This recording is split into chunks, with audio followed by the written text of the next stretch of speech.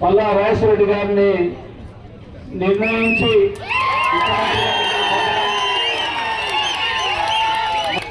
ఈ ప్రజల సమక్షంలో మా మంత్రుల సమక్షంలో విధిగా ఆశీర్వాదాన్ని చెప్పి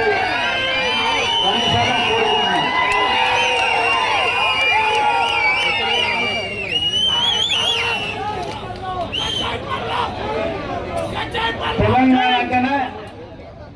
తెలంగాణ అనగానే మా హరీష్ అన్న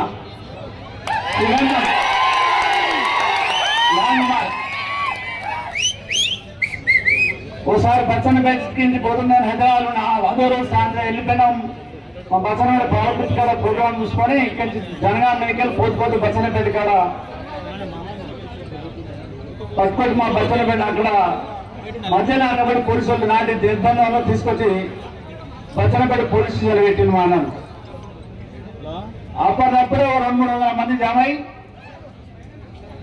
టవర్లు ఎక్కింది. అది 50 నుంచి 70,000 మెజార్టీ తక్కువ. మన తిరిగి పెడితే మనం సరిగ్గా చేయలేదు. రైట్ తెప్పిస్తాం ఇక్కడ నిన్న ఇస్తే మామూలు ఫ్లెక్సీలు కట్టాడు. ఒక్క ఫ్లెక్సీలు ఉండకూడదు, ఫ్లెక్సీలు కట్టాలి రాజేశ్వరరెడ్డి గారు కట్టాలి ఆయన ఉండకూడదు అని చెప్పిన. ఏడాది కూడా ఎక్కడ లేదు. ఎవరో ఇంకా అన్నాతో పెట్టింటాను నేను చెప్పినా కూడా గట్టిగా ఆలోచించిన ఒక్క ఫ్లెక్సీ కూడా పడదని చెప్పి ఇక్కడి నుంచి పల్లా రాజేశ్వరరెడ్డి ఈ కాన్సెప్ట్ చూస్తానని చెప్పిన. అట్లే ఇక్కడ నుంచి అందరు బాధ్యత తీసుకొని అడ్వాన్స్ మీ అందరి పక్షం స్వీట్ ఇప్పిస్తున్నారు మా రాజు.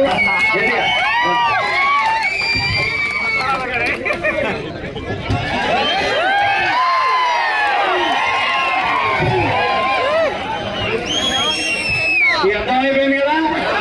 ఫేస్బుక్లలో వాట్సాప్లు కానీ మెసేజ్లు కానీ గిచ్చేజ్లు కానీ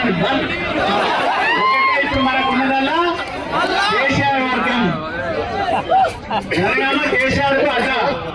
తెలంగాణ ఎట్లయితే అడ్డ అయిందో జనగామ నుంచి లోగడ కంటే ఎక్కువ గెలిపిస్తేనే మనకు పేరుంటుంది.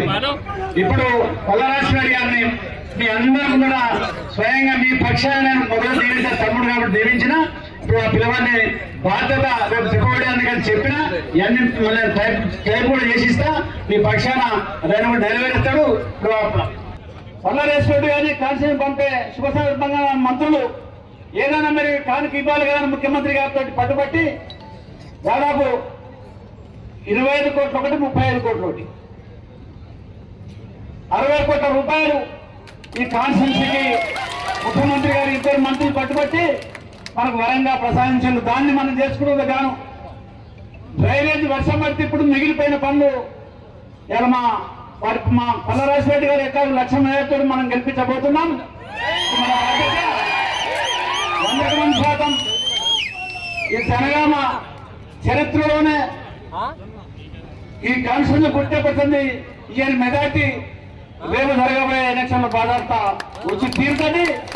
మా ఇతర మంత్రులు కూడా నేను 100% షూరిటీ ఇస్తున్నా, గ్యారంటీ ఇస్తున్నా. మా ముఖ్యమంత్రి గారికి కానుకిస్తాం. ఇది ఎప్పుడు రాని మెజార్టీ తీసుకొచ్చి గెలిపిస్తున్నాం పల్లరాజేశ్వరరెడ్డి గారిని.